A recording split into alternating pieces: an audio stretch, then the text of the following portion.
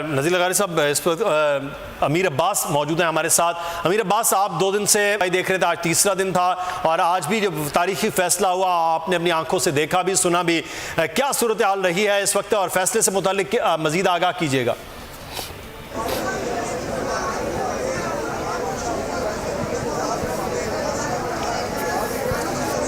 जी मुदस्सिर, बहुत अहम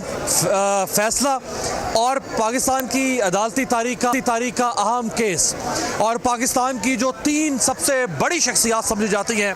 रियासत पाकिस्तान में, यानी किसी भी रियासत में, उसमें से एक वज़ीर आज़म है,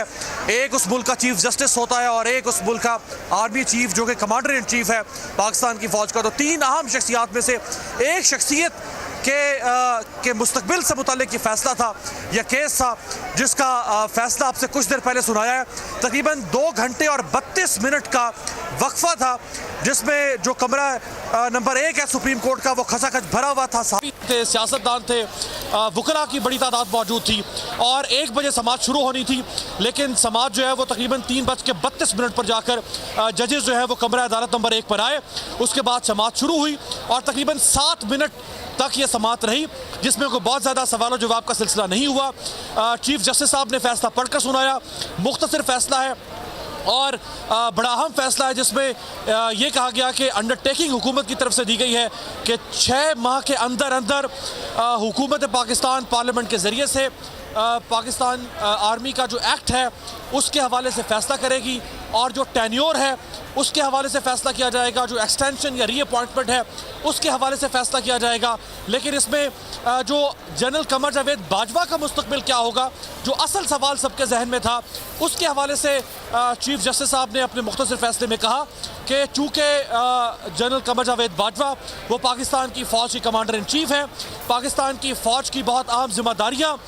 जो उन्होंने निभानी है, यानी किसी भी आर्मी चीफ ने, लिहाजा अदालत जो है वो जुडिशल रिस्ट्रेंट का मुजाहरा कर रही है और जो 243 है आर्टिकल, ना उसके तहत ना ही पाकिस्तान आर्मी एक्ट के तहत हुकूमत कोई जवाज़ या वजाहत पेश कर सकी है कि टेन्योर कितना होना चाहिए या रीअपॉइंटमेंट और एक्सटेंशन के हवाले से क्या फ़ैसला होना चाहिए। लिहाजा अदालत ने 6 माह आप कह सकते हैं कि आर्मी चीफ की तकरीबन उनकी एक्सटेंशन हो गई है और 6 माह के अंदर फिर आइंदा के लिए हमेशा के लिए ये जो आइन के अंदर एक खामोश आर्टिकल मौजूद था या एक खामोश पहलू या कोना मौजूद था, उसके ऊपर पार्लियामेंट ऑफ पाकिस्तान और हुकूमत जो है वो तय करेगी। तो गुलाम मुर्तज़ा भी मेरे साथ मौजूद हैं। गुलाम मुर्तज़ा साहब, 3 दिन से, आज तीसरा दिन है, सुबह से लेकर शाम तक पूरी कौम एक तज़ब्ज़ुब में थी पाकिस्तान की अदालती तारीख का, पाकिस्तान की सियासी तारीख का, और पाकिस्तान की पार्लियामान के अंदर अब ये फैसला जाने जा रहा है कि वो करेगी।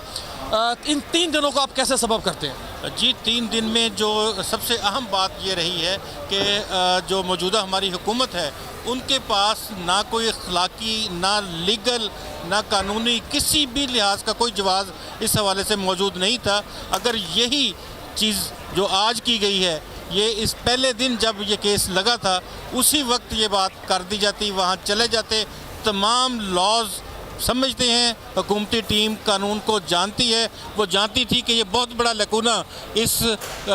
कानून में मौजूद है, तो वो इन चैम्बर समाअत करवा लेती और यही बातें, यही चीज़ें वहाँ पे हो जाती। तो आज जो 2 दिन जग हसाई हुई है वो ना होती। लेकिन ये आप देखें कि बड़ा एक तारीख साज मौका है कि एक तरफ ये बहुत ही खामोश तरह का आर्टिकल था जो बिल्कुल किसी को नहीं पता था, साइलेंट पड़ा हुआ था, और आज ट्राइकॉटमी ऑफ पावर्स के हवाले से ये इंतहाई अहमियत का हामिल है। वज़ीर आज़म को पता होता है कि उसने कितने साल रहना है,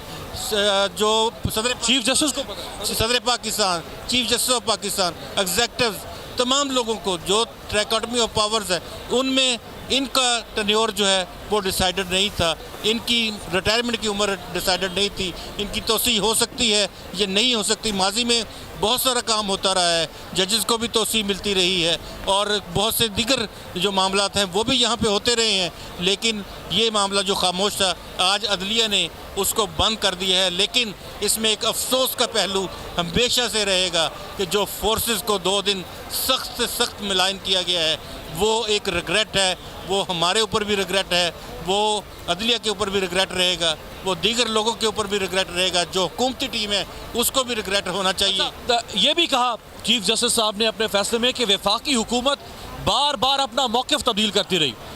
यानी वफाकी हुकूमत उस तरह परफॉर्म नहीं कर सकी सुप्रीम कोर्ट के सामने जैसे उसको करना चाहिए था। ये